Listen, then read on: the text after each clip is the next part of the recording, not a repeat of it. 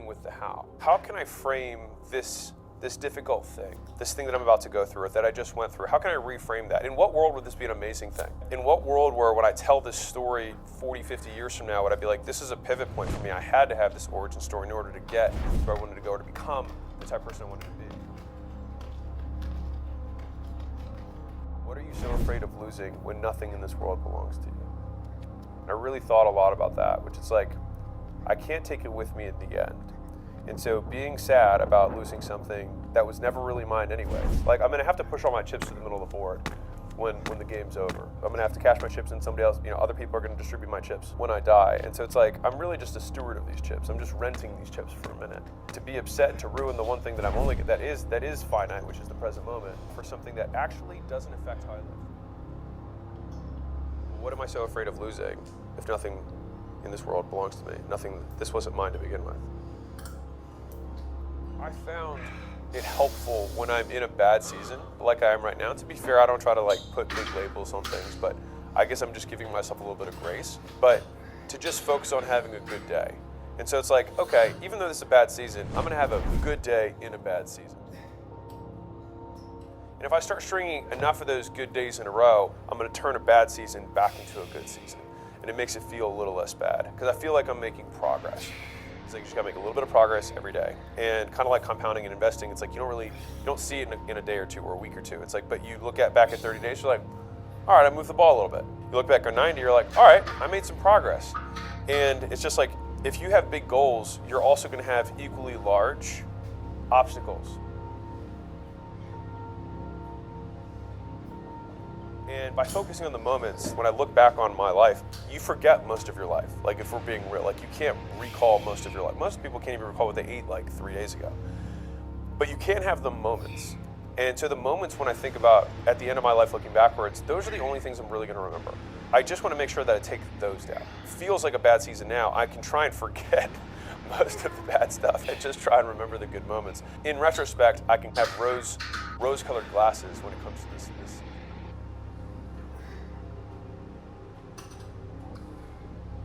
If you want to achieve a goal, you're either going to have to accept boredom or pain. And the bigger the goal, the more of both you'll get. Trying to say that you might lose something in the future is a reason not to do something. It's ridiculous. You're going to lose everything at some point. You cannot wish for both strong character and an easy life, because the price of one is the other. When I think about pain, I think about what thing am I paying for right now? And is that thing something that I want? But the thing is the bigger your goals, the more pain you're going to endure, whether you want to or not. It's the price. And if you can endure 4 times more pain than someone else, I don't actually think that it feels 4 times more painful. I think it feels the same level of pain, but you have this padding that makes it feel worth it. Give a man a purpose and the ability to achieve it, and he will crawl over broken glass with a smile. That broken glass, how can you have a smile during the pain? It's because of what the pain itself represents.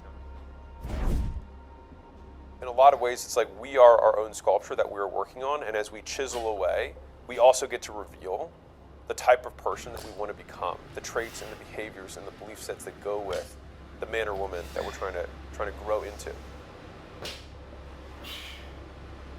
All labor there is profit, meaning we always benefit from work, even if the thing that we work on gets destroyed, even if you went bankrupt, even if that relationship didn't work out, even if that partnership falls apart.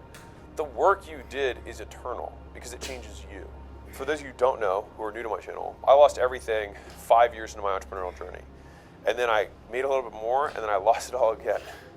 But the thing is that I had this idea that, I have to start from scratch again. But that's not true, because you can only start from scratch once. Every time after that, you start with an experience.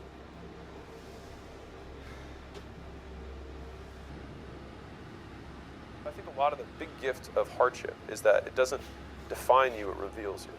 The benefit is that you get to see who you really are, and you make that decision yourself every day. I have this perspective on loyalty, which is that you cannot say that you are loyal until your loyalty is tested.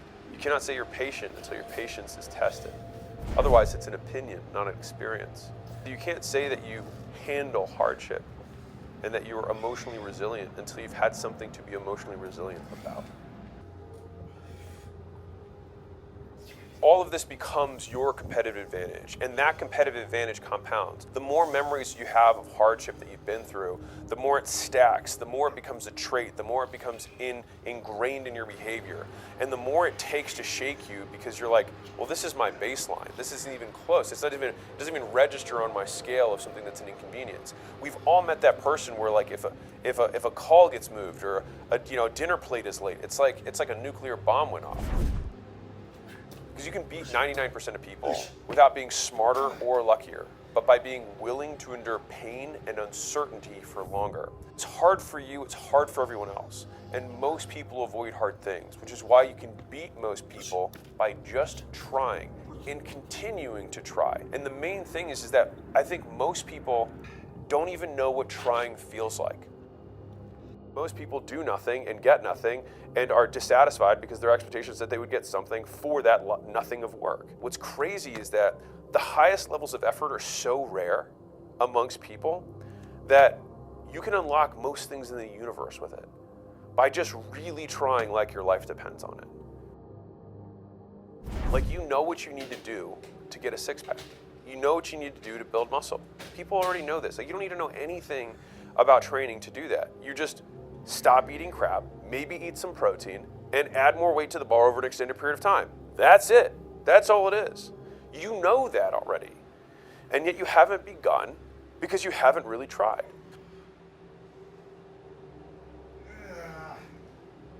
I think about that. It's like, we know what to do.